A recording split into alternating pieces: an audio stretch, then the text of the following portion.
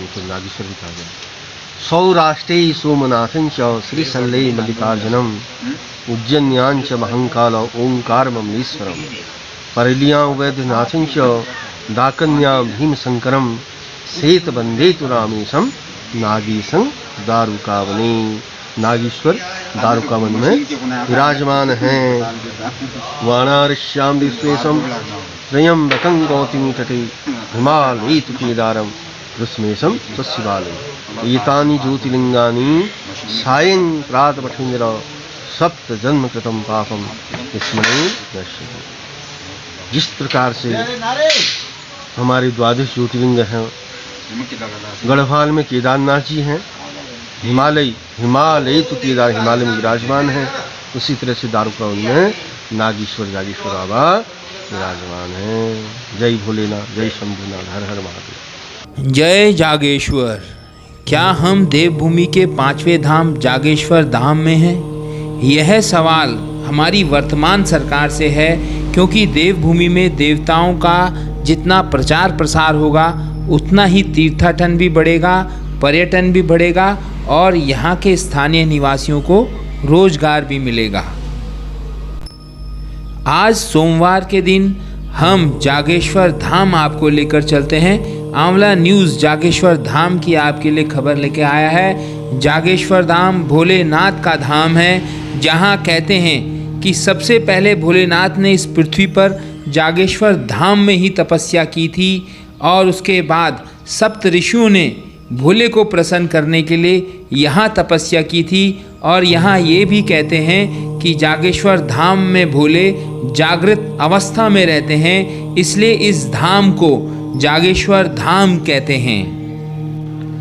जागेश्वर धाम में सबसे पहले ब्रह्म कुंड है, जहाँ पर स्नान आदि करके आप मुख्य प्रवेश द्वार से होकर ज्योतिर्लिंग के दर्शन कर सकते हैं। उसके बाद हनुमान मंदिर है, फिर नीलकंठ का मंदिर है, फिर सूर्य मंदिर है, तब नवग्रह मंदिर हैं, फिर पुष्टि माता का मंदिर आता है, मृत्युंजय मंदिर आता है, हवन कुंड आता है और वहाँ से होते हुए आप लकुलिश मंदिर होते हुए केदारनाथ मंदिर के दर्शन कर सकते हैं।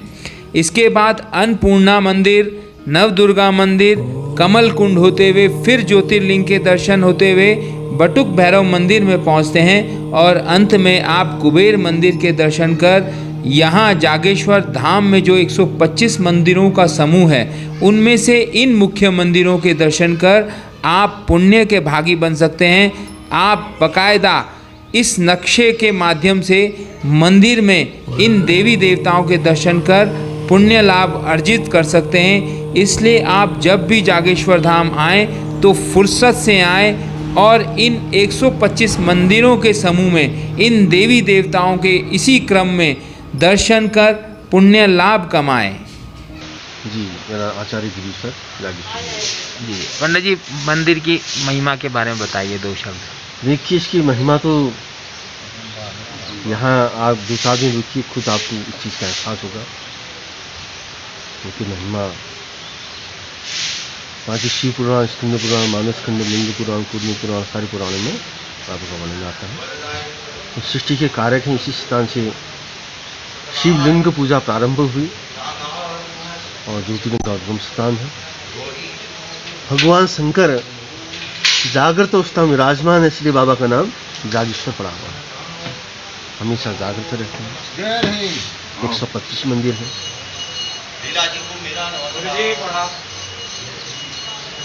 और ये तपस्थली रहा है स्थान पुरातन काल से। ये जो आप दारुकावन देख रहे हैं, देवदारवन या सप्त ऋषि का तपस्थली है। यहाँ पर कहीं देवताओं ने भी तपस्या की है। नर किन्नर गंधर्व सभी बाबा की आराधना करते हैं और तीनों के अधिपति भोलेनाथ यहाँ पर अनादिकाल से विराजमान है। जागृत श्री बाबा का नाम जागेश्वर, नागेश्वर, जागेश्वर के नाम से।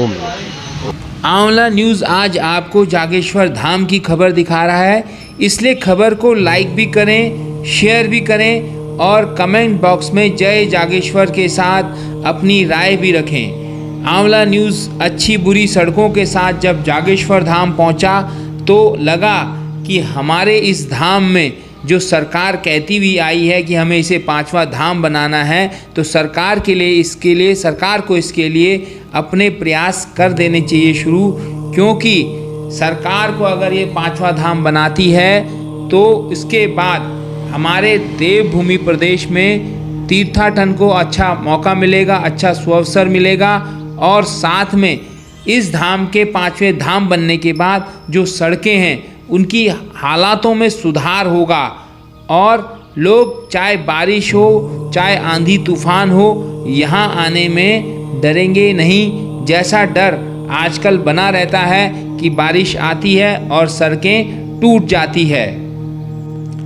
जागेश्वर धाम में पहुंचने के लिए अल्मोड़ा से 8 किलोमीटर दूर गोलजू महाराज का मंदिर है। गोलजू महाराज की खबर भी हम आपको दिखाएंगे, लेकिन इससे पहले आप गोलजू महाराज से जब 30 किलोमीटर आगे चलेंगे तो आपको मिलेगा जागेश्वर धाम। ये वही जागेश्वर धाम है जहां भोले ने सबसे पहले तपस्या की थी, जहां 125 मंदिरों का समूह है, जिसमें 108 मंदिर भोलेनाथ के हैं। कहते हैं यहाँ पर भोलेनाथ और सप्त ऋषियों की तपस्या की वजह से इस धाम का नाम जागेश्वर धाम पड़ा और बाबा यहाँ जागृत अवस्था में रहते हैं। बावजूद इसके हमारी सरकार इसे 5वां धाम बनाने में बहुत ही आनाकानी कर रही है। अब बात सरकारों की करते हैं कि सरकारों ने अपनी तरफ से हमारे इन तीर्थ स्थलों को विकसित करने के लिए क्या क्या प्रयास किया, ये भी आपसे सुनते हैं। हमने जब यहाँ जो आपके व्यापारी नेता हैं उनसे बात की तो उन्होंने यहाँ की पार्किंग, सड़क, अस्पताल और पानी के लिए क्या क्या बताया, ये भी सुनिए। जागेश्वर धाम की महिमा के बारे में तो ऐसा है, जितना आपको अच्छे ढंग से पुजारी लोग समझा सकते हैं उतना हम नहीं समझा सकते जी, क्योंकि महिमा तो अब क्या है, 1200-1300 साल पुराने मंदिर हैं, चंद्रवंशियों के टाइम के मंदिर हैं, बहुत पुराने मंदिर हैं, पौराणिक मंदिर हुए। और बाकी वहाँ अंदर क्या है कैसा है उसके बारे में तो अब पंडित लोग ही ज़्यादा अच्छी ढंग से समझा सकते हैं। जी जी। ये जहाँ मंदिर होते हैं, जहाँ धाम होते हैं, वहाँ पर व्यापार भी होता है। यहाँ के व्यापार के बारे में विस्तार से बताइए आप।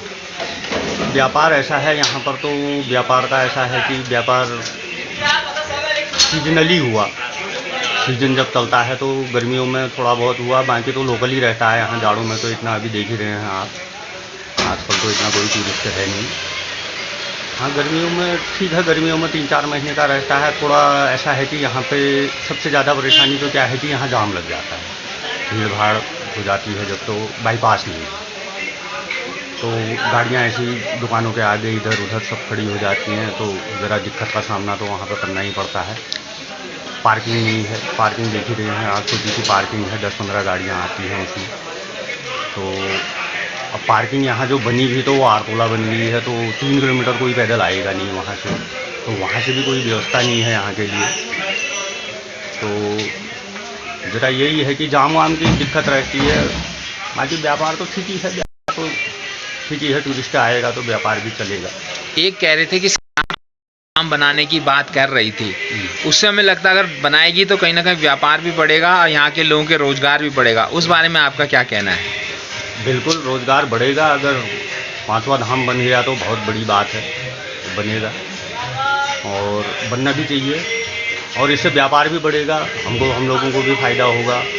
और जो ये होटल वाले हैं हमारे, तो इनको भी फ़ायदा होगा उससे, क्योंकि यात्री आएगा। अभी तो सारे कमरे ऐसे खाली हैं, तो यात्री बढ़ेगा तो ठीक ही है, इन लोगों को भी फ़ायदा होगा, हमको भी फ़ायदा होगा, व्यापारियों को भी फ़ायदा होगा। यात्री बढ़ेगा, सबको फ़ायदा होगा। ये सड़कों के बारे में बताइए, सड़कें कैसी है यहाँ तक पहुँचने के लिए? सड़कें अभी तो फ़िलहाल ठीक ही हैं, इतनी ख़राब भी नहीं है, लेकिन डबल लेन नहीं है, सिंगल लेन है। और डामरीकरण है पूरा यहाँ तक, जागेश्वर धाम तक, जैसा आपने देखा ही होगा, डामरीकरण है। अब आपदा आ रही है, कहीं रोडें टूट रही हैं, दीवारें गिर रही हैं, तो अब इसके लिए तो कोई कुछ कर नहीं सकता है। फिर भी मशीन लगी है, जेसीबी मशीन एक यहाँ परमानेंट रहती है, कहीं तो मलबा आता है तो तुरंत तो उसका काम PWD वाले करते हैं, मलबा वलबा साफ कर देते हैं। ये बिजली पानी की क्या व्यवस्था है? बिजली पानी है ही यहाँ पे, बिजली तो आती ही है, कभी कटौती हुई 5-10 मिनट के लिए तो कोई बड़ी बात नहीं है। स्वास्थ्य की क्या है विषय? स्वास्थ्य का ऐसा है, जागेश्वर में स्वास्थ्य की तो ज़रा व्यवस्था चरमराई हुई है, क्योंकि यहाँ पे आप देख ही रहे हैं, यहाँ पे कोई मेडिकल स्टोर नहीं है। तो दवाई अगर आदमी को एक सर्दी जुकाम भी हो जाता है तो कम से कम यहाँ से 3 किलोमीटर आगे आरतोला मेन रोड तक जाना है उन्हें, तो वहीं से ही दवाई मिलेगी। अगर आपको थोड़ा सा अगर एक छोटी सी दवाई भी चाहिए सर्दी जुकाम वाली, जो मैं बता रहा हूँ, कि उसके लिए भी यहाँ पे कोई व्यवस्था नहीं है। यहाँ अस्पताल वगैरह कुछ? अस्पताल एक सरकारी अस्पताल है, तो अब सरकारी अस्पताल के तो आप जानते ही हैं, उनको तो ऐसी ही है, वो दवाइयाँ भी वहाँ ऐसी आती नहीं हैं। तो सरकारी अस्पताल है लेकिन दवाइयों का इतना वहाँ पे कुछ है नहीं, बाकी व्यवस्था ही नहीं है वहाँ पे भी। थोड़ा वो बिल्डिंग का भी उनका ऐसे ही हो रहा है, वो भी जर्जरी हाल में है। तो स्वास्थ्य के लिए तो यहाँ पर ऐसा है कि ज़रा दिक्कत ही है। आप कोई संदेश देना चाहेंगे सरकार को? और सरकार को तो हम यही सोच रहे हैं कि अब यहाँ पे कोई अच्छा सा एक हॉस्पिटल खुल जाए, जागेश्वर के अंदर इतना बड़ा धाम है, तो सरकार इस बारे में कुछ सोचे करे तो बहुत अच्छी बात है। एक अस्पताल होना चाहिए यहाँ पे। ठीक है, धन्यवाद सर। बस सरकार तो घोषणा करती है। हाँ, कांग्रेस की सरकार आई, इसने घोषणा किया, बीजेपी की सरकार आई, इसने घोषणा किया। अब यहाँ आपने, आम पार्टी ने, अब वो केजरीवाल जी क्या घोषणा करेंगे? सिर्फ घोषणा तक सीमित रहता है। बाकी हमारे कुमाऊं में कहते हैं मधु फकीर आप ही देखिए, एक कहावत है ना, तो वैसे का वैसा ही है शैतान, कोई बदलाव नहीं है। जो भी आप थोड़ा बहुत बदलाव देख रहे हैं यहाँ पर जागेश्वर में इतने चंद वर्ष में, ये क्षेत्रीय लोगों ने ही डेवलप किया है, और बाहर कोई सरकार से कोई यहाँ पर व्यवस्था। पंडित जी, देवभूमि का 5वां धाम घोषित करने के लिए आप अपना एक संदेश भी दे दीजिए सरकार को। नहीं, हम तो दिल से कहते हैं कि अगर 5वां धाम ये घोषित हो गया तो उससे बढ़िया हमारे लिए क्या हो सकता है। ये स्थान डेवलप होगा, विकास होगा, प्रचार विस्तार होगा 4 धामों के साथ साथ 5वां धाम का भी। यात्री लोग बढ़ेंगे, देश विदेशी यहाँ पर आएंगे, मान्यता बहुत आगे बढ़ेगी इसकी। हैं, जो लोग 4 धाम करेंगे 5वां धाम भी करेंगे। तो हमारे विशेषकर मोदी जी से निवेदन है कि इसको 5वें धाम में घोषित कीजिए, और हम आपका आभार व्यक्त करें। जय श्री राम। आंवला न्यूज़ आपको हमारी देवभूमि के तीर्थ स्थलों के बारे में भी समय समय पर जागरूक करता हुआ रहता है।